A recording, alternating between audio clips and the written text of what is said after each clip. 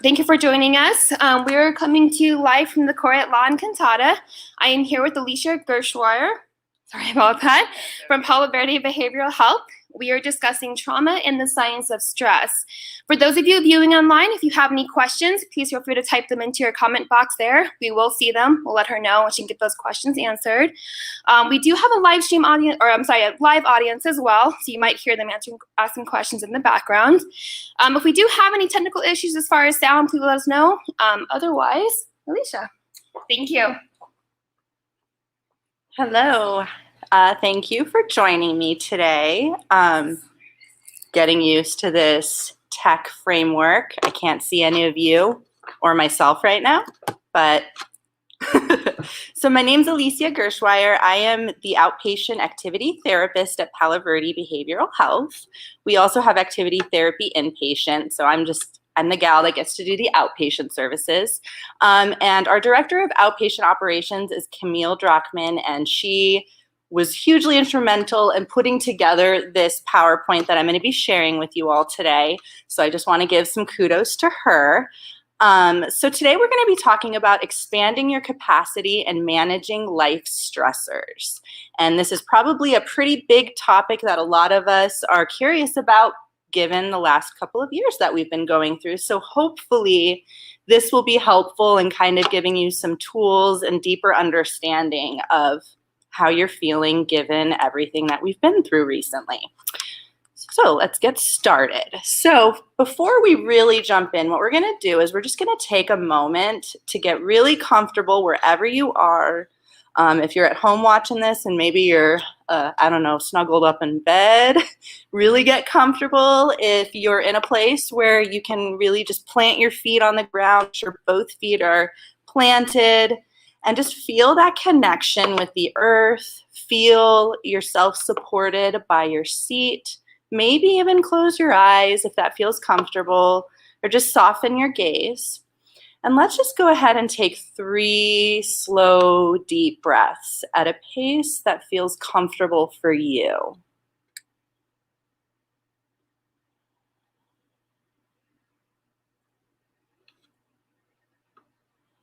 Now, as you kind of orient with those breaths, take a moment to notice if you can find a comfortable place in your body. Could be really tiny, maybe just a minute little area, or maybe that support of the floor where your feet are planted and your seat can help you to kind of expand what comfort in your body might feel like right now. And as you focus on this comfortable spot in your body, notice what might happen. Maybe emotions shift. Maybe that monkey mind is coming up. Just kind of noticing what happens. Maybe some judgments are arising. No need to judge that. Just notice. And maybe come back to your breath for just 3 more breaths. And perhaps imagine yourself holding on to that sense of comfort that you were able to notice as we move forward. Okay, so as you're ready, feel free to open up your eyes again. If you want to linger here a little bit longer, that's absolutely okay, because I've got some really nice, peaceful images to share with you. All right, so just something to kind of extend that peaceful moment. And we're going to go ahead and dive in. So, our first quote: "The expectation that we can be immersed in suffering and loss daily and not be touched by it is as unrealistic as expecting to be able to walk through water without getting wet." And that's from Naomi Rachel Remen from Kitchen Table Wisdom. Now, we move through our lives just trying to, do our daily tasks, do what we need to do, get it done. And a lot of times, suffering and loss can rear its ugly head in our way. And we want to be able to just push through and keep going. However, that's kind of impossible. It has impacts on us that reach deep into our bodies and our minds. And so a lot of this talk is going to be addressing how to be with that stuff and to also be able to function and do those things that we need to do in our day-to-day lives. So we're first going to talk about pandemic fatigue. I imagine some of us may be getting a little ping or a sense of recognition that maybe we're wondering what pandemic fatigue is, or maybe that sounds like it rings a bell for you, even though this may be the first time you've heard this term. So pandemic fatigue is the very real sense of exhaustion as a result of COVID-19's impact on our lives, from quarantining to lost jobs to fears of getting sick. So those fears and those impacts may be things that you've actually experienced. Maybe something from that list pops out at you and it's just like, yeah, I was there, or I am there right now. So this is a name for some of the stuff you might be feeling. Pandemic fatigue, it's an actual thing, and there's a lot of research that continues to happen around this. So pandemic fatigue can arise out of just the following of precautions that we had to go through over the last year and change. Social distancing, hand washing, mask wearing. That's supposed to say news stories, not news stories, although I guess news stories can sometimes be fatiguing. Politics. All of this stuff is very present in our day-to-day lives. Even if maybe we try to, like with the news, some of us may need to find ways to kind of limit how much we interface with that stuff because it's very stressful. But even if we're trying to limit some of those things or staying in our homes to avoid wearing the mask all the time, like these things have an impact on our rhythm and the way that we interact with the world. And so even if we're making efforts to kind of minimize the stress of these things, that impact is still there. And another big one, the risk of what we're going through and everything that's happening may not feel real. I mean, I don't know about y'all, but for me, this whole pandemic has kind of felt like a movie almost, or kind of like it's happening, but life is happening at the same time, and it doesn't compute. So that's pandemic fatigue. Let's keep going. So it's more than just a sense of exhaustion. It's actually a very real physiological response to the stressful events in our lives and the world. And all of us have the stress of this big thing that's happening worldwide.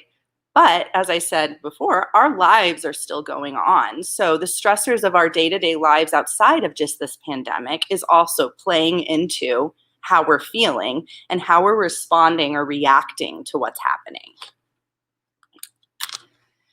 The pandemic has literally doubled our stress. There's additional nervous system activation on top of the regular stress from work, life. It's not just work stress, even though that's what it says up there. And so as a result of this, we may be experiencing higher levels of anxiety, harder to manage life in general, burnout, normal coping mechanisms that are no longer working, maybe things that you've usually enjoyed. It just doesn't feel like it's giving you that relief and support like it has in the past. We couldn't be with others when we were having the social distancing and isolation during the pandemic. We couldn't use gyms, which is a major source of physical and mental wellness for a lot of people. We couldn't do outside entertainment. You know, missing movies and concerts and going out to restaurants, like these are big impacts that take away from our ability to connect with others, which is a really important piece of our wellness. So let's just go over some vocabulary really quick, because I'm going to be using these terms throughout the presentation. You may see CF at points throughout the presentation after this slide. That's compassion fatigue. And we are going to be covering these terms more directly as well. So don't worry if you're not going to remember all of these or if you've never heard of these before. We are going to be going a little bit deeper into what these mean. STS is going to stand for secondary traumatic stress. And then VT is for vicarious trauma, and BO is not for body odor, but for burnout today. And that may be a term that we've seen more frequently, and we will talk a little bit more about that. But my guess is a lot of us can relate to this idea of feeling burnt out. So compassion fatigue is the profound emotional and a physical exhaustion that people who take care of others can develop. Gradual erosion of all things that keep us connected to others in our caregiver role. So these can basically erode our sense of empathy, hope, and compassion because of just the exhaustion that comes from giving so much of these things. And so this idea of caregiver, we might think more about like somebody who's in my role as a therapist, or people who work in the hospitals, or more directly providing care to somebody who can't care for themselves. But this also can apply to people who have to take care of family members, who have children, or even just friends that maybe you have to care for. So it's important to just recognize that even though compassion fatigue is kind of a buzzword for people that are in the helping professions, this stuff extends to people who are not officially in that kind of capacity as a professional. So some of you may relate to this, especially if you have kids or people that you're taking care of. Okay, so our next term is secondary traumatic stress. And that is the emotional duress that results when an individual hears about the firsthand trauma experiences of another. Its symptoms mimic those of post-traumatic stress disorder, PTSD, and they include being afraid, having difficulty sleeping, having images of the stressful events, and avoidance.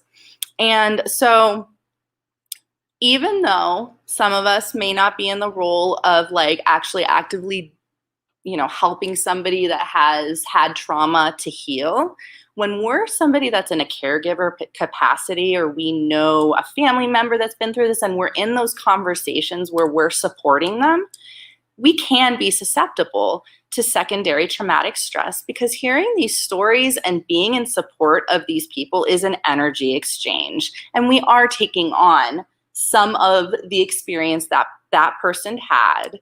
And then that can translate to these issues with sleeping and how we remember events or seeing the event and trying to avoid things in order to minimize that feeling of being triggered. All right, so compassion fatigue is basically the combination of secondary traumatic stress and burnout. Okay, and that's just, I guess, a fun little picture about vicarious trauma. I don't know who's traumatized in that picture. I guess both of them. Okay, so vicarious trauma is a term that describes the phenomenon associated with the cost of caring for others. And I know that idea of cost of caring can kind of sound like a negative term.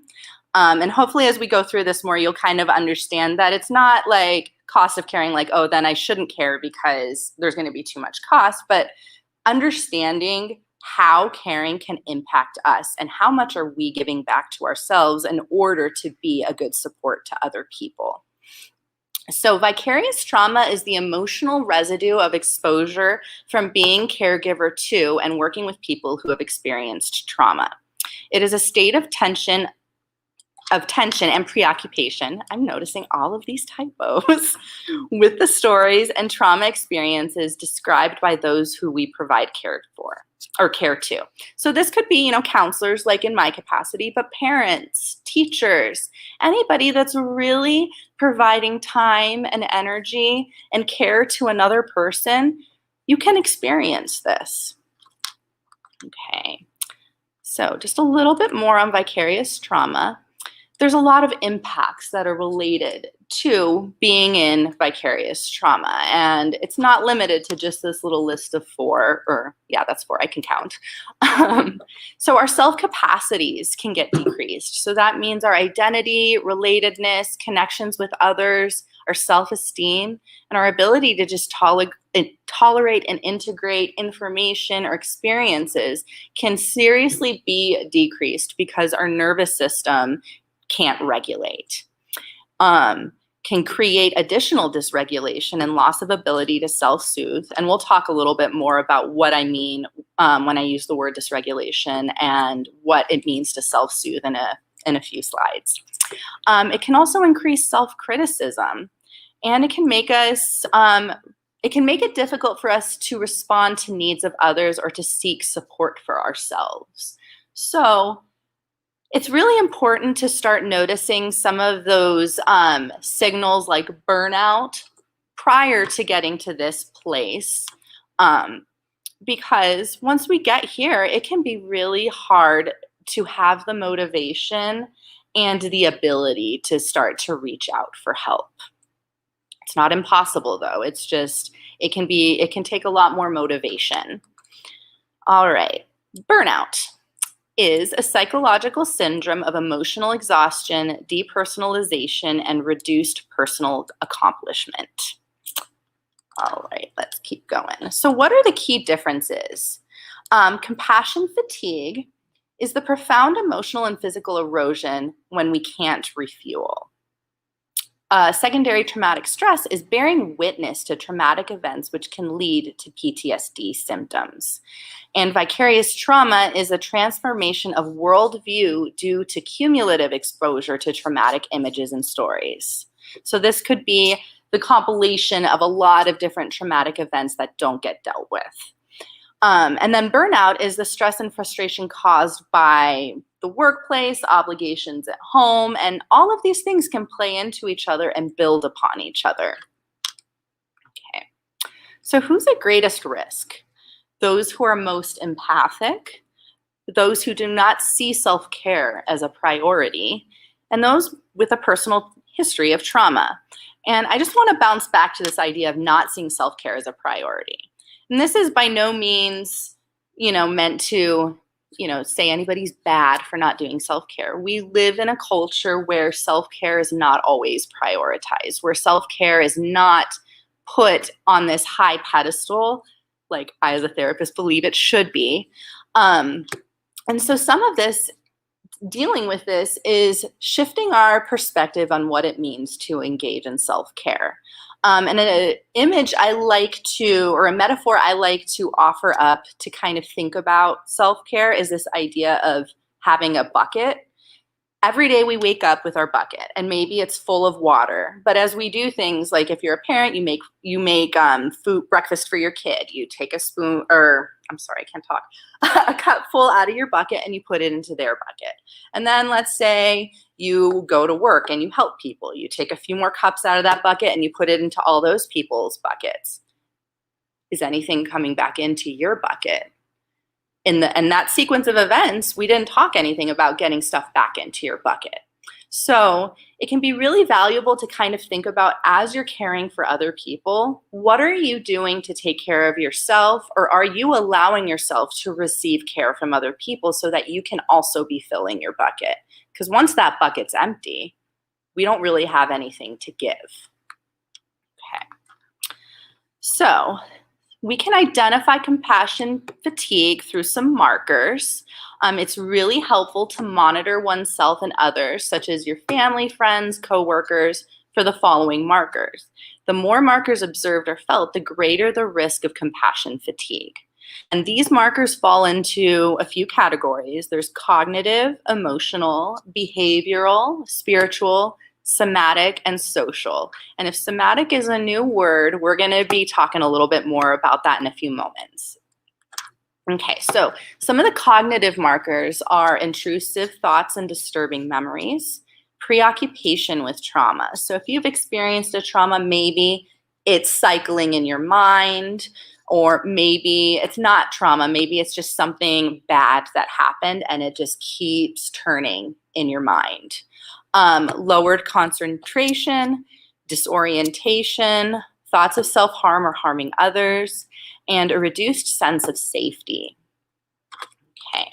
Some emotional markers include powerlessness, anxiety, fear, anger, maybe feeling survivor's guilt, irritability, sadness.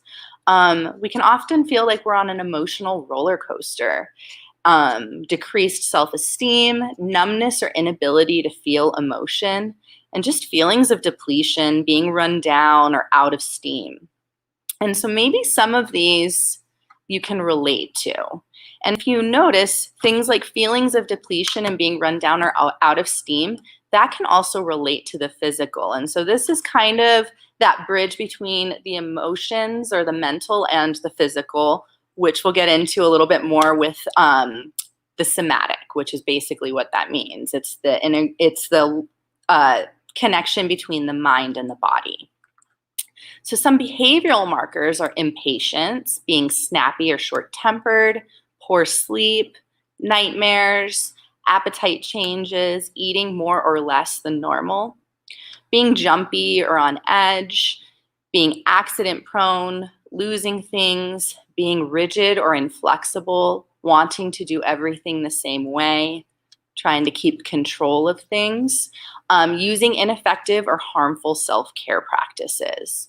So these can be really good signals for us getting into that place of burnout, and maybe some things are already coming to mind or jumping out like, oh, I'm going to the cigarettes when I'm stressed instead of like going for a walk around the block, or I ate, an entire bag of family-sized chips instead of, maybe making a nice dinner for myself. Or it could be even more dangerous. It could literally be thinking about harming yourself in a more permanent type of way. So these are really important to be aware of. And later, when I get into the conversation about our kids, these markers are really important to take note of. Okay. Spiritual markers, loss of hope, loss of pleasure, anger at God, questioning religious beliefs, or maybe some skepticism toward religion or spirituality, reduced joy and sense of purpose with your career, loss of compassion. All right. And then some social markers, decreased interest in emotional intimacy, mistrust and isolation, being overprotective as a parent or as a leader and not allowing others to have normal activities, loneliness, increased interpersonal conflicts, and trouble separating work or school from personal life. Okay. And so what I want to add with this slide too is if we look at some of these social markers, you can kind of see that a lot of it has to do with kind of being disconnected from others. And so the pandemic, with our, being in isolation and having to do social distancing, those already kind of created a foundation for some of these social markers to already be off kilter. Okay, and so then the somatic markers. And so you'll notice these have a lot to do with how our body is showing signals that may be related to emotions as well. So shock, which can show up as low blood pressure, extreme anxiety, confusion, as well as a lot of other more serious physical representations. Rapid heartbeat and sweating, breathing difficulties, aches and pains, dizziness, an impaired immune system and being more prone to illness, exhaustion, gastrointestinal problems, and headaches. And so these somatic markers directly can relate to our emotions because our nervous system is involved and our body processes are involved. And so a lot of times when you may notice some of these issues coming up for you, it can be helpful to kind of look at the stressors in your life. For me, I notice I'm more prone to getting a cold or just having really bad allergies when I'm really stressed out and not sleeping well. And so while the emotion of stress may not be the direct thing that makes me sick. There's things that happen that contribute to me getting sick. Like maybe when I'm stressed, I don't eat as well and I don't sleep as much and I'm not doing my yoga practice or connecting with people that I know are supportive. And that stuff can lead towards bigger health issues. Okay. So the effects of compassion fatigue on our behavior: exhaustion, faulty judgment, irritability, tardiness and absenteeism, being irresponsible, frequent job changes, or maybe overworking. Maybe a response to being stressed out is being a workaholic, or maybe there's stuff going on at home, so you stay at work to avoid going home and dealing with stuff. Substance use, so that's another one of those harmful coping strategies that can really get out of hand really quickly, especially if you're dealing with an addiction issue. And other poor coping strategies, which we kind of addressed earlier. Okay. And then there's also effects on life. So what to watch for with burnout and compassion fatigue and vicarious trauma. We mentioned impatience earlier. I'm very guilty of that, and short-tempered. When I'm stressed, I go right there. Poor sleep and nightmares. Again, the appetite changes, being jumpy and on edge and easily startled, being accident prone, losing things, and again, using ineffective or harmful self-care practices. And so like, you may be wondering, why do we go to these places when we're fatigued like that? And again, I'm gonna talk about the nervous system.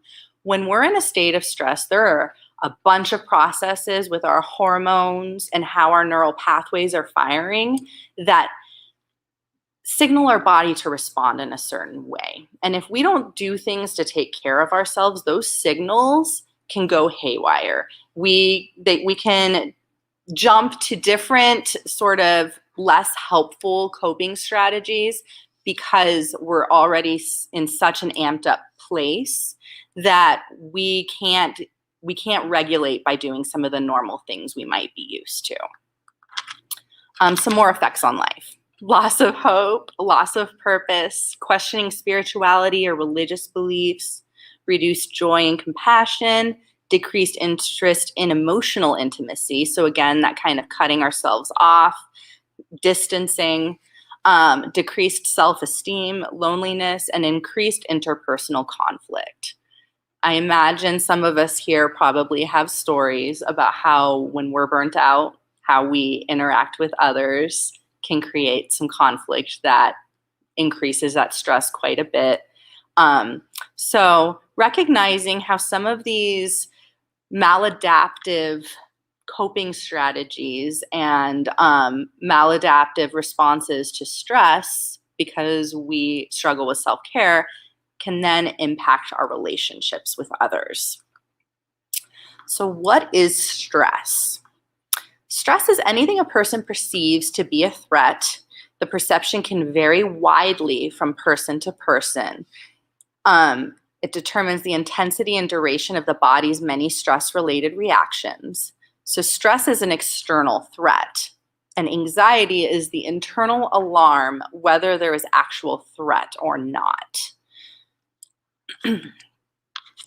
So stress is the body's natural defense against predators and danger. It causes the body to flood with hormones that prepare its systems to evade or confront danger. People commonly refer to this as the fight or flight mechanism. There's also freeze, which is becoming more a part of that term. So some of you may be familiar with fight, flight, or freeze mechanism, and we'll talk a little bit more about that as well. The body produces larger quantities of the chemicals cortisol, epinephrine, and norepinephrine, and these trigger the following physical reactions: increased blood pressure, heightened muscle preparedness, sweating, and alertness. So there's two types of stress. There's chronic stress, which develops over a long period of time and is quite harmful on many levels. The high blood pressure can be a result of chronic stress, as well as heart disease, type 2 diabetes, PTSD, depression, and anxiety. And part of chronic stress is that with our stress response and those hormones I mentioned in the previous slide, our body can't regulate how they're being released. And so the stress may have dissipated. It may not be present. We may not be in it at the moment. But when we are dealing with chronic stress, our body does not know to shut off that mechanism. And so those hormones are running through our body, and we're in a constant state of fight, flight, or freeze. And there's also acute stress. So that's short term, it's more common, and it actually can be helpful. And part of the reason it's helpful is because this type of stress disappears after resolution.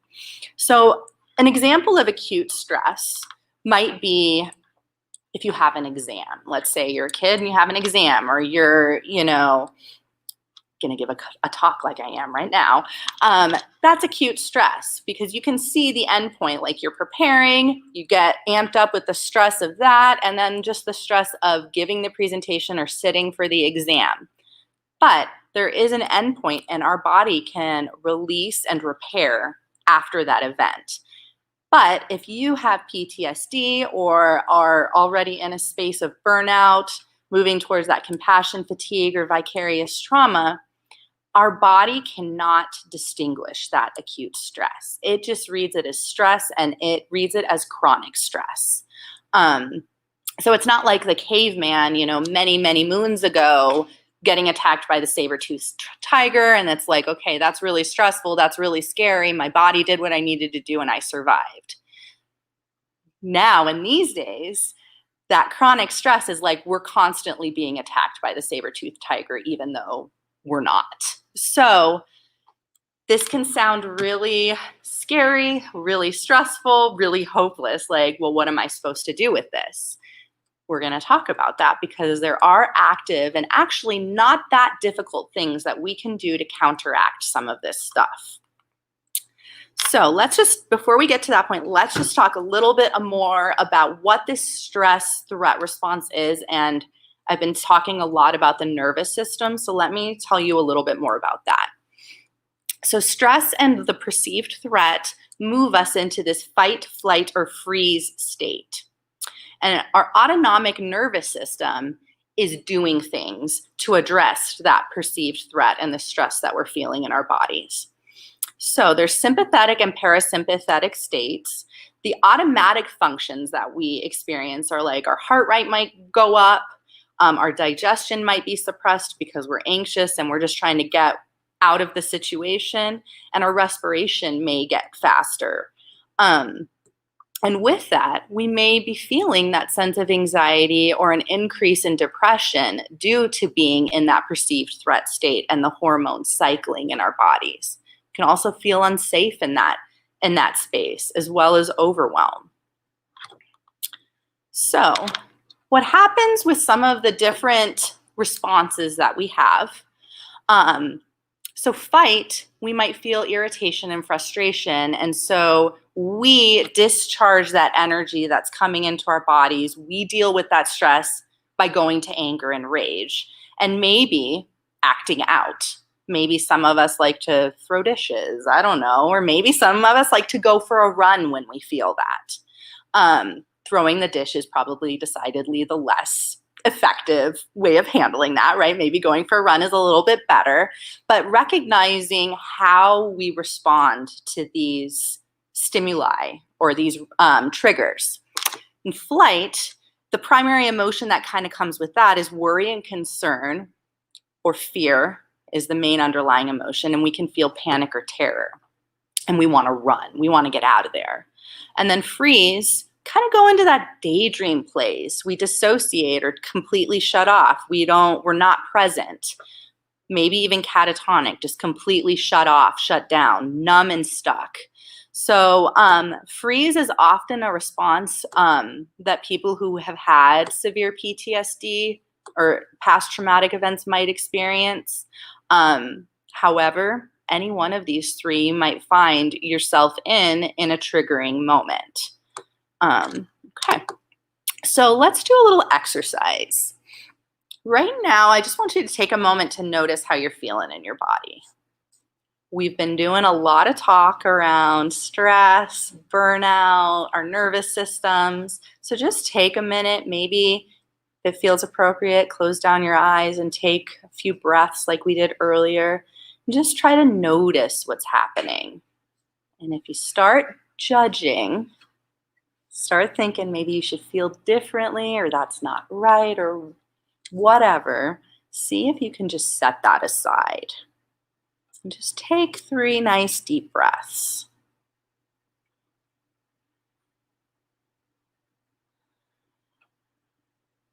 And just notice what you're feeling right now. Sensations, emotions, what's arising for you?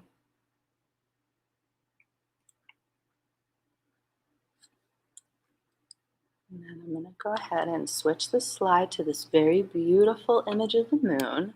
I'd love to be on the end of that dock right now. Maybe notice if anything has shifted in just viewing this lovely image. Or maybe this one. I like that one. I like both of those. All right. So we're going to come back to burnout. Sorry, everybody. Burnout is a psychological syndrome of emotional exhaustion, depersonalization, and reduced personal accomplishment.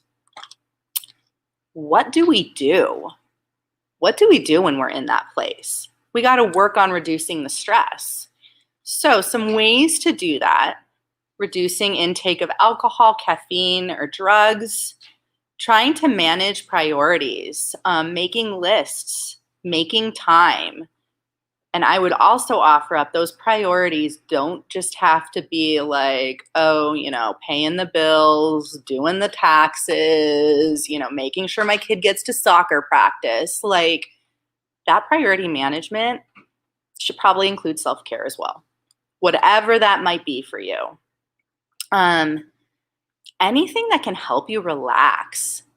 Maybe it's just taking a pause like that and 3 deep breaths. Maybe it's looking up a funny meme online, but really doing just little things to cut that stress and its weight on you in the moment can be really helpful. So by reducing stress, we can also reduce the self-defense responses in the body. And so those may sometimes feel like we don't have control over them. But by being proactive about doing things when we're not in a heightened stress state, we can better prepare ourselves for when that stress state does come to get us. So breathing exercises, maybe just listening to your favorite song, or if you play an instrument, playing an instrument. I'm going to go on a mini tangent here because I have a little factoid that I just think is really amazing and I love it. But when we think about music, when we play music, when we actually listen to music, actual brain change is happening. Music has the power to stimulate multiple areas of our brain. And scientists have done brain scans of people doing different tasks. And generally, when we do a certain task, a certain area of our brain will light up. But when we do anything related to music, multiple areas of our brain light up. And so we're engaging in a lot of neural activity just by engaging in music. So if you get, like that song stuck in your head, you can maybe feel a little better about it because some actual cool, like, brain healing stuff is happening at the same time. And then you listen to the song and get rid of it, maybe. I don't know. But music is an incredibly powerful tool, and you don't have to be a pro at playing an instrument to get the benefit from it. Excuse me. Some other things that we can do are removing or changing the source of the stress. And so there may be some stressors where that feels like that's just impossible, but sometimes shifting how we relate to the stress can really be helpful. Or maybe it's a person and setting some boundaries with that person. Or maybe it's saying no to a project. So recognizing where you can say no more frequently and set boundaries in order to change how that stressor is affecting you. Body work like massage, acupuncture, chiropractic care. These are things that can be really helpful for lowering the effects of stress on the body. And it's also, an added bonus of getting some time to just lay there and do nothing and be relaxed. Psychotherapy. It alters how you view a stressful event, and it helps you to learn alternative ways of coping. So being able to talk to an objective person who is supportive of you can be really helpful in just kind of managing the things that come up in your life. I recommend psychotherapy whether or not you have any kind of mental health diagnosis. I am a believer that anybody can benefit from psychotherapy. And the beauty of psychotherapy these days, with all of the research that's going on, is that there's a lot of different ways to engage in it. It doesn't just have to be talk therapy. It could be utilizing body movement. It could be integrating more mindfulness. It can be doing art. There's a lot of therapists out there that really are gaining so much expertise in integrating a lot of different activities into the work that they do. So it's not just like sitting on a couch and being analyzed. All right, so let's talk a little bit about resiliency. This is a person's inner ability to face fear and adversity with courage and the will to persevere and overcome. That which is to give light must endure burning. And that's from Viktor Frankl, Man's Search for Meaning, a book I highly recommend to anybody. All right. So, building resilience. Wisdom can be derived from pain and suffering and creates resilience and empathy. So, suffering is the meaning that we attach to our pain, and that is part of our building of resilience. And a way to kind of help us get there, because it can be really easy to get stuck in that victim mode, like, I was wronged, things are unfair, that sucked, I'm really angry. And those are important parts of the process as well. I'm not saying you shouldn't be angry if something happened to you or things went wrong, but what are we doing after that experience? So a way we can kind of start thinking about resiliency and just first jump-starting that process of building it is to kind of think about, maybe are there people that you know of, whether famous or in your circle, that have resiliency that you admire. Maybe they've been through traumatic past events and adversity and have been able to find meaning in that and have been able to find the silver lining and the lesson through that experience. Thinking about the qualities of people that inspire you, and maybe giving yourself permission to find ways to integrate some of those qualities into yourself to help with that building of resilience. So part of building resilience is also self-regulation. And that's that regulation word. We're going to pause here and talk a little bit more about that. So self-regulation is what can help us when we get into that stressed, burnt out, completely activated. My nervous system is doing the stress response thing, and I am super amped up. I can feel my heart pounding. I feel like I'm sweating. I don't know whether to run. I don't know whether to freeze. Self-regulation can help us to start to counteract some of those responses. And so this includes body awareness, tracking our responses, noticing how we're responding in the moment. And so that exercise where we just stopped to notice how we were feeling and took a deep breath, that's one way to do that. It helps us to understand what's happening in our body. And by doing that, we can start to understand maybe the mental processes and the emotions that are coming up in the face of that stress. And understanding our human threat response, understanding that fight, flight, or freeze, and maybe starting to take stock of where we're at when we get activated. Maybe you get fired and your response to that is fight, or maybe you get in a car accident and your response to that is freeze. We don't totally just land in one sort of response. The thing that's happening can sort of dictate how we respond, where our nervous system activation goes. But that step of gaining some more awareness that we're going into that place can help us to start to regulate when those events are happening to us. And understanding your own trauma history. And that's not an easy thing to do. And I would recommend that's where psychotherapy can be really beneficial, because navigating into your trauma history on your own, that can be very triggering. And so having a person that can be there with you to help you regulate as you contend with that history will help you to build that resilience moving forward. Okay, so proactive self-care. So the best defense is a good offense. So ongoing body work, ongoing personal therapy, exercise, meditation, mindfulness work, creating a support network, enhancing self-regulation, and decreasing that impact of the autonomic nervous system arousal that we were talking about in that past slide. And I realize mindfulness work might be a little vague, especially coming after meditation on the list. Meditation is a mindfulness type of practice. That deep breathing we just did a couple times for a few minutes, that visualization of a comfortable place in our body, that's also mindfulness work. You can bring the mindfulness into almost any task.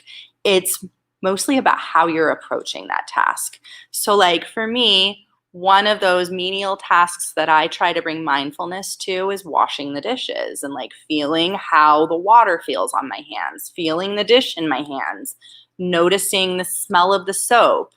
These are ways to engage with mindfulness. And we're going to talk a little bit more about that a little bit later. And I'll give some more tools for integrating mindfulness into basic tasks. Okay, so we've talked a lot about self-care. Necessity of self-care. It's a necessity. I nurture myself so I can nurture others. Self-care is an active, deliberate, and creative approach to filling responsibilities to those you care for. So if self-care is something that's really hard for you, a good way to kind of jumpstart prioritizing it is to maybe think about how that self-care is directly impacting your ability to show up for the people that you love in your life. When you don't have energy for, maybe your kid had a bad day at school, but you had a bad day too. When you don't have that energy to show up for them in that minute, that moment where they're like, I had a really bad day at school, you're so in your space of like, well, I had a bad day too. I don't have energy for you right now. That's a really good signal that you need self-care. You do that self-care, even if it's just the smallest thing, like talking to your friend on the phone and venting. Like, doing that self-care will help you to then be able to show up for your kid. And you're modeling what that looks like. They're learning from you how to self-care. And I'm guessing any of us who have kids in here want our kids to know how to do that. We want our loved ones, not just our kids, to know how to do that. So by us prioritizing self-care, we give the people around us permission to prioritize self-care in their own lives as well. How do we build resiliency? Self-soothing. Deliberately relax. And maybe that sounds really tricky. That is kind of one of those easier said than done sort of things. I could tell myself, relax till the cows come home, and I'm not going to relax. But if we do things like breathing, meditation, orientation, meaning kind of noticing where we are in a space, noticing the room, letting our senses kind of relate to the space we're in, that can help us to self-soothe. Grounding. So earlier when I said to have both your feet on the ground, that's one way to very easily ground. Some other ways to ground are to actually go out in nature, get your feet in the grass, touch a tree, pick up a rock even. All those people like myself that walk around with crystals, that's grounding. And so these are pretty easy tools. It's just a matter of us really prioritizing engaging with them. And you don't have to do all four things. Maybe you just pick one. It can be amazing how much taking 10 deep breaths, even 3 like we did earlier, can really signal to your body that it's okay, that you're safe, and to kind of counteract that internal process that's happening when our stress signals start getting pinged. Okay, self-confronting. So this is another way that we can build resilience. And this is the process of assessing our own anxiety and examining what might be learned from the situation. And so people who are in like a caregiver capacity, whether that's a therapist like myself, a teacher, a parent, asking yourselves questions like, what am I trying to prove? Who am I trying to impress? What am I trying to fix? Am I depending on someone else to validate my sense of worth? Why am I anxious? And what is the growth potential in this situation? Asking these questions can really help us to step back and recognize maybe where we need to set a boundary or say no or shift gears to better take care of ourselves.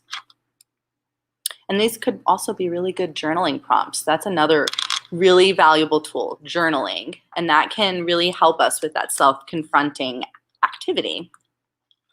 Okay, so I'm going to leave the slide up for a moment in case anybody is interested, but some phone apps that can support us in building this resiliency and using some of the tools to help us manage those stress responses, the burnout, the fatigue. Calm is a meditation app that has a lot of really great resources, different types of meditations, stories, guidance on how to meditate. Insight Timer is my personal favorite. They have like over 100,000, I think now at this point, free meditations. They do have a paid option, but you can get a lot out of the free.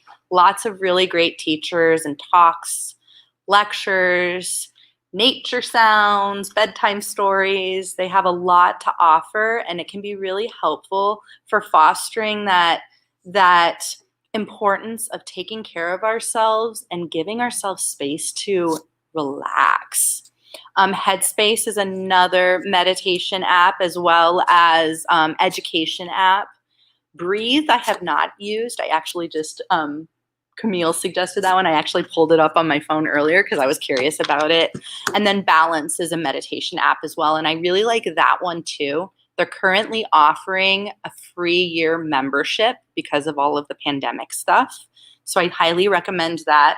And it is a little bit more personalized. You answer some questions and the facilitators on the app fine-tune meditation specific to your needs and teach you basically from the ground level how to meditate, as well as offering meditations for all skill levels. So I really recommend these phone apps. They can kind of be a helpful way to get into the self-care mindfulness stuff, especially if it's feeling like I don't even know where to begin. They can give you some guidance on that.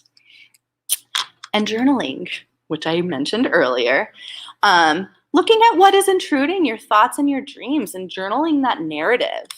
Look at vicarious trauma, loss of innocence, anger and irritability, maybe questioning and evaluating if you're avoiding duties or, avoiding topics with certain people or feeling discouraged about things. Really giving yourself space to write about these things you're experiencing can be an amazing weight off of your shoulders. It's literally putting all of that stuff into a different place so that you don't have to carry it, because that's exhausting. Finding new activities, gardening, biking, hiking, and the weather is getting so nice now. I highly recommend hiking and biking. Activities using your hands. And so activities with your hands, not just knitting. Maybe you like to work with clay, or maybe you like to draw. These things engage our senses, which is a really important tool for helping our body to regulate. Finding gratitude in challenges. This can be really tricky, but there has been research that has shown write down or at least think about 3 things we're grateful for each day. It literally has the ability to change our brain. Thinking about what we're grateful for actually stimulates the dopamine and the serotonin in our brain, which are literally what's used in antidepressants. So I'm not going to say, writing down 3 things you're grateful for is going to cure your depression, but over time, it has the power to really shift your perspective, which can then help you to manage depression, anxiety, any of these issues that you might be having contributing to mental health and fatigue. Establishing and maintaining a healthy work-life balance, including boundaries, saying no when it feels appropriate for you, following your values. These are important things. And then again, we talked about the music and the sound therapy. So again, self-care. We need to understand what self-regulation is and get support for doing that. And so maybe this will inspire a conversation with your loved ones, talking about the things that you can do to support each other in engaging in more self-care. And I'm not going to read that list because I feel like we've kind of already gone over that. But the main point is this is an ongoing process. It's not like a one and done thing. We don't decide to do a yoga practice and then everything's all better. We don't decide to get that one massage or go to the spa and then everything's all better. These are ongoing things that we have to really prioritize and make room for in our lives. Okay. Before we jump into the teens and adolescents, I'm going to do that little thing where we just pause for a minute, check in with ourselves, take a few breaths. And maybe we'll pause too does anybody have questions? Any questions coming through on y'all's end? No? Okay. All right. So I'm going to invite you guys to just close down your eyes for another moment. Get your feet on the floor. Feel your bum in your seat. And just allow your weight to just really melt into the floor, into the seat. Any struggles are coming to mind or any thoughts of like, I need to do this, I have this grocery list, I need to do that, need to add that to my task list. Just allow yourself a minute to set all of that aside. And then I'm going to invite you to just quickly scan through your body and notice if you're holding any tension in any spot. Maybe shoulders or jaw. Maybe you're clenching your hands.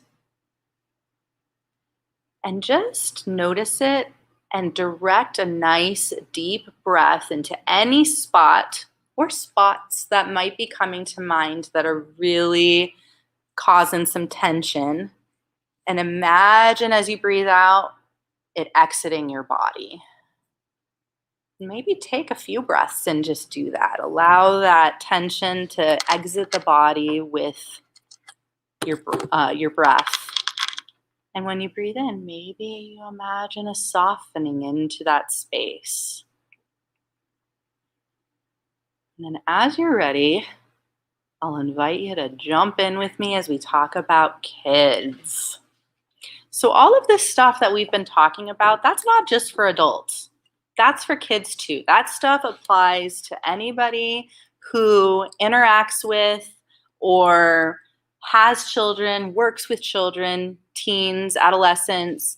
These things are happening for them too. And they experienced the pandemic too. So it's important to kind of talk about what we can be doing to support them. So the impact of the pandemic on children and adolescents and teens is ongoing. Although this was a population that was widely deemed less vulnerable to COVID-19, the side effects of the pandemic have been devastating on many levels. Increased exposure to biopsychosocial stressors, like the stressors we mentioned earlier, resulting from the pandemic and containment measures, that social isolation is really impactful on kids because a huge part of kids' development is connecting with other people. There's disruption in daily life routine. I mentioned the social isolation and difficulty with fully comprehending the short and long-term consequences of the pandemic.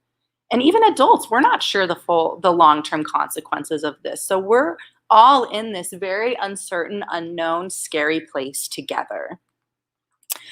Various studies conducted throughout the pandemic among quarantined populations indicates evidence of multiple negative psychological impacts of the COVID-19 pandemic on children and adolescents, which in turn could make these individuals more susceptible to developing long-term mental health issues. So that can kind of sound scary if you have kids and maybe you're looking at them and thinking, oh no, we're going to talk about some tools to support them. So how to identify mental health concerns and how to support yourself and your loved ones. Mental health is fluid and the symptoms can fluctuate and be impacted by experiences and events that are outside of our control. Developing an understanding of our own experience and being aware and sympathetic to those around us can empower us to better help others and ourselves. So we're going to talk a little bit about situational depression, ongoing depression and anxiety, which may be, and I would say actually are, results of this pandemic, as well as just being a teenager, going through puberty, going back to school. All these things can make our kids more susceptible to experiencing depression, anxiety, and other issues that we may still not know about for a while. So what is situational depression and what can cause it? It is short-term stress-related depression and can result from the following: moving, problems at school, relationship issues, death of a loved one, being bullied, and anything that feels emotionally disturbing or distressing. And I'm guessing if you ask most kids, they're probably going to list the pandemic as one of those things as well. And so what is ongoing depression and how is it different from situational depression? Ongoing depression is symptoms of sadness that linger and have no specific start or end. And these can also result in poor sleep patterns, feeling hopeless, isolation, excessive guilt, no interest in things that make you feel happy or safe, feeling exhausted and worthless, risky behaviors. It's nothing like giving a presentation to fully edit your presentation. And little or no motivation. And what is anxiety and how can people experience it? So anxiety is feelings of tension, worried thoughts, and physical changes. And symptoms include dizziness, trembling, nausea, muscle tension, feeling restless, cold, sweaty palms, or numbness, upset stomach. And we all experience occasional anxiety to some degree. And like we mentioned with that acute stress, having anxiety can be good for our system to a certain degree because it gets us into that place where we want to be productive, where we want to respond to stressors. But as with like chronic stress, being in that chronic state of anxiety is really harmful to our system. Okay. I feel like I was going to say something else on that one, but we're going to keep going. So depression and anxiety are not just a me problem. They are an us problem. So connection and community are the opposite of depression, and I'll say anxiety too. It's okay to not be okay. We all need help sometimes. Letting someone know how you're feeling is really important.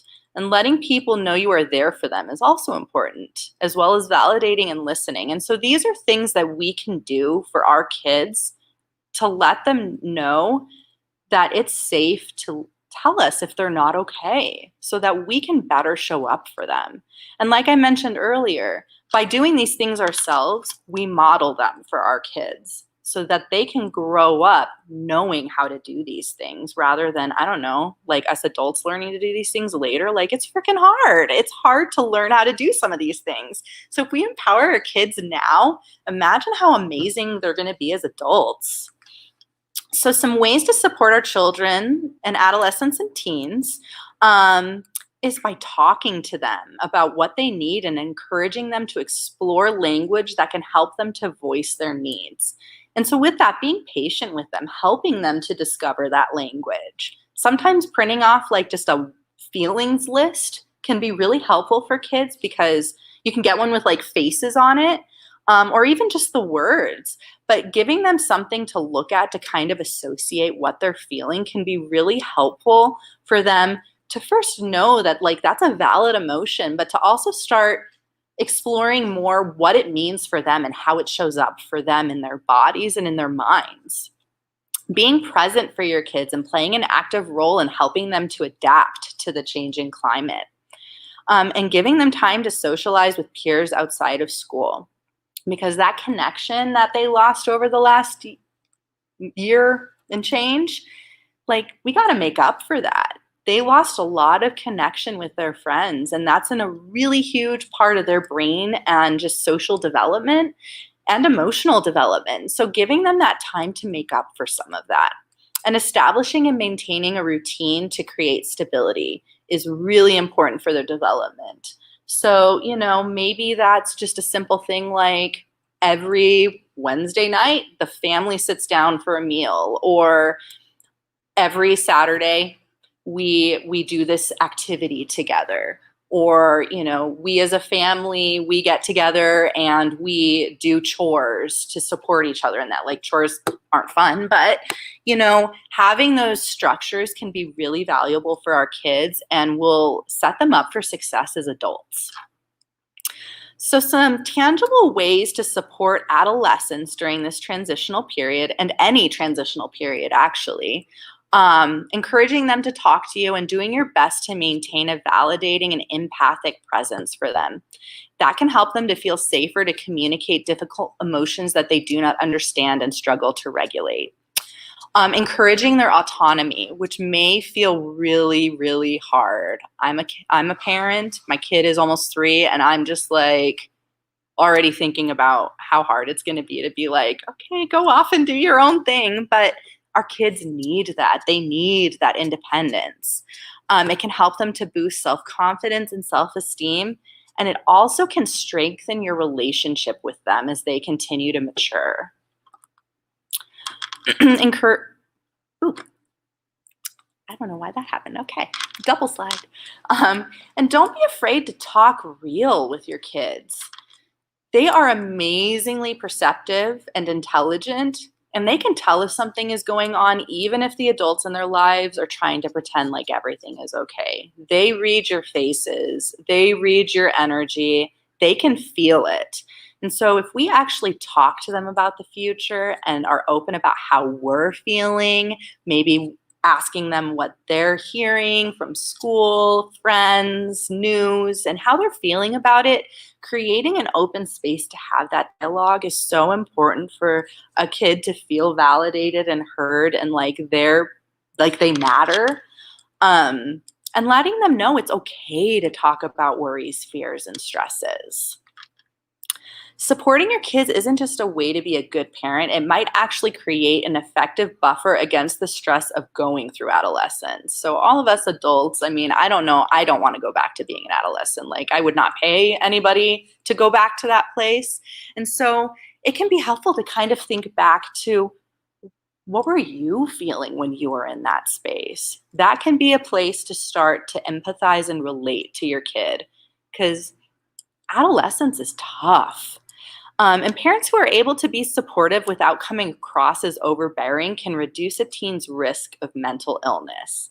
And so I wish I could give concrete ways to, not come across as overbearing. That might be a tricky one, because some of it is really looking at how your kid responds, asking them about how they're doing and what's going on for them, and see how they respond. Maybe changing how you word it or when you try to talk to them about things will help you to gain messages on how you can better get your kid to come out of their shell. Because I know teenagers, I've got a 14-year-old, he doesn't want to talk about anything. So really trying to create space where you try to meet your kid where they are. Okay. and orienting towards positivity. And with everything we've been through, this is not a walk in the park. You know, it's not as simple as like, I'm going to be positive forevermore, because stuff is still going to happen. But when we think about as adults how much we manage and how our children are directly learning from us, they learn how to interface with the world by observing us and responding or reacting to our cues. This can be a really powerful impetus for us to start reflecting back on how we perceive the world.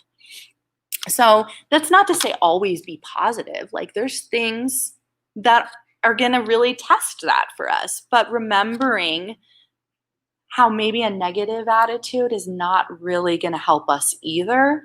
And giving ourselves the space to kind of feel into what do we need to do to get to that positive space. And oftentimes self-care can help you get there. Some ways that we can support ourselves in maintaining a positive attitude include changing the narrative we're telling ourselves. Recognizing, how do you interface with something that happens? Like, do you make a mistake and bully yourself? Or do you take it in stride and like, oh, you know, I made a mistake? Our kids see that. So that can be really a simple way to kind of help them to see another way and to have more positivity. And the bonus of that is, as we start doing that, things are happening in our brains to help us do that more regularly. It's one of those things that if we practice it, it becomes less difficult. Finding something that provides a healthy channel for any anger or frustration. So maybe going for a walk around the block, doing yoga, meditation, breathing, journaling, allowing that anger and frustration to be acknowledged, but maybe not feeding it, and maybe not latching onto it and letting it dictate how you respond to everything else going around you. And helping your child to find the silver lining in a negative situation. A simple shift of wording from yes, but to yes, and can shift the meaning and dynamic of a conversation, a personal view, or a conflict into one that offers more spaciousness. So I'm trying to think of a good example. So maybe somebody says, hey, how are you doing today? Oh, I'm doing okay. Yeah, I'm all right. But all of this bad stuff happened. Maybe being like, I'm okay. And, you know, that guy cut me off in traffic. You know, trying to not discount the yes, but, or I'm okay, but. Like, trying not to discount that first thing that you were feeling or trying to communicate by using that word but, which can be really powerful. And in conflict, just try it out. If you're in a conflict with your kid or your partner or friend, and you're trying to point out all of these things that you need from them, or you're trying to answer something that they say to you and you use that but, you can almost see them shut down. But if you say and instead, it opens room for connection with them. And for whatever reason, people respond a little bit less abrasively. So let's kind of finish this off by just learning some specific grounding techniques that can support regulation. And this is not just for our kids. This is great for adults too. Okay. So one technique that I really like that's super quick and super easy is the 5-4-3-2-1 technique. And for anybody online, I recommend maybe taking a screenshot of this. It's also, if you Google 5-4-3-2-1 technique, you can find this stuff online very easily. But using this technique, you will purposely take in details of your surrounding using each of your senses. So the 5 will be, what are 5 things you can see? And so with this, looking for small details, patterns, the way light reflects off a surface, and just giving yourself time to really notice that. 4 things you can feel, noticing the sensation of clothing, the sun on your skin, the feeling of being supported by your chair, examining texture and weight of an object. 3 things you can hear, paying special attention to the sounds your mind has tuned out, like a ticking clock or distant traffic, or maybe the tree blowing in the wind outside your window. 2 things you can smell, which may be a little bit more tricky depending on where you are, but noticing smells in the air around you, or maybe you actively look for items that have a scent, like flowers or candles or essential oils, maybe yummy food. Walk into that restaurant you really like and just walking in the door to smell. And one thing you can taste, maybe you carry some gum or hard candy or just small snacks around with you. Maybe you know you're going into a stressful situation, so having that like hard candy can really help you to just tune into that sensory space, which sounds kind of crazy, but our senses can actually really help to trip up that stress response where we get amped up and we go into that place. And so this is a form of mindfulness. And another technique, body awareness. And I realize this is a very wordy slide, so we'll get through it. So the body awareness technique will bring you into the here and now. So really being in the present moment by directing your focus to sensations in the body. Being in the present moment is really valuable because oftentimes stress exists in the past or the future. So using our body to orient back to the present can help us to interface with those stressors from a more logical and grounded place. So with this, pay special attention to the physical sensations created by each of the steps we're going to go through really quick. And if, as I'm reading this, if you feel like trying it out, please feel free. I'm just going to go through it kind of as a review, but yeah, if you want to try it as we go, please do. So you can start by taking 5 long, deep breaths through your nose and exhaling through puckered lips. And ideally, between each of these steps, you might pause and just notice what you're feeling. Placing both feet flat on the floor and wiggling your toes, curling and uncurling your toes several times, which I'm doing right now, and spending a moment just noticing the sensations in your feet. And then maybe you stomp your feet on the ground several times and pay attention to the sensations in your feet and your legs as you make contact with the ground. And then maybe you start clenching your fists and your hands into fists to release some of the tension your body may be carrying. And you just repeat this 10 times. And then maybe you press your palms together and, oh wait, that's the next one. Press your palms together and just hold them for 15 seconds and just notice that sense of tension building in your body and what it's like when you release. This one's my personal favorite. I think that's why I went to it immediately. Rubbing your palms together really briskly and noticing the sound and feeling the warmth that generates. And then bringing your palms just gently over your eyes and allowing the heat from your palms to kind of loosen the muscles in your eyes and your head. That can be a really nice self-soothing technique. And then reaching your hands over your head like you're trying to reach the sky and just stretching for 5 seconds. And then bringing your arms down and letting them relax at your sides. And then taking 5 more deep breaths and just noticing the feeling of calm in your body. So you could do all, 8 steps if you wanted. But even just doing any one of these can be enough to kind of bring you into that present moment in your physical experience and quieting that stress mind that's obsessed with the past or the future. And of course, practicing gratitude, which we talked about. And so I'm just gonna, as we close out, I'm going to invite y'all to maybe just think of 3 things for which you're grateful for right now.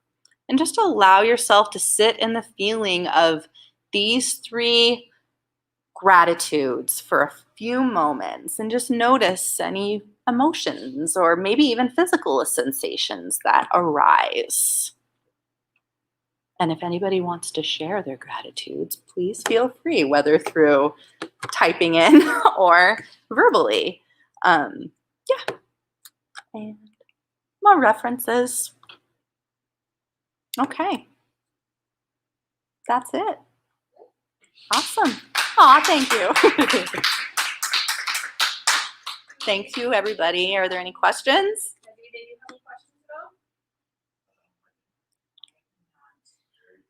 I'm so awesome. No. Just pumping myself up, you know.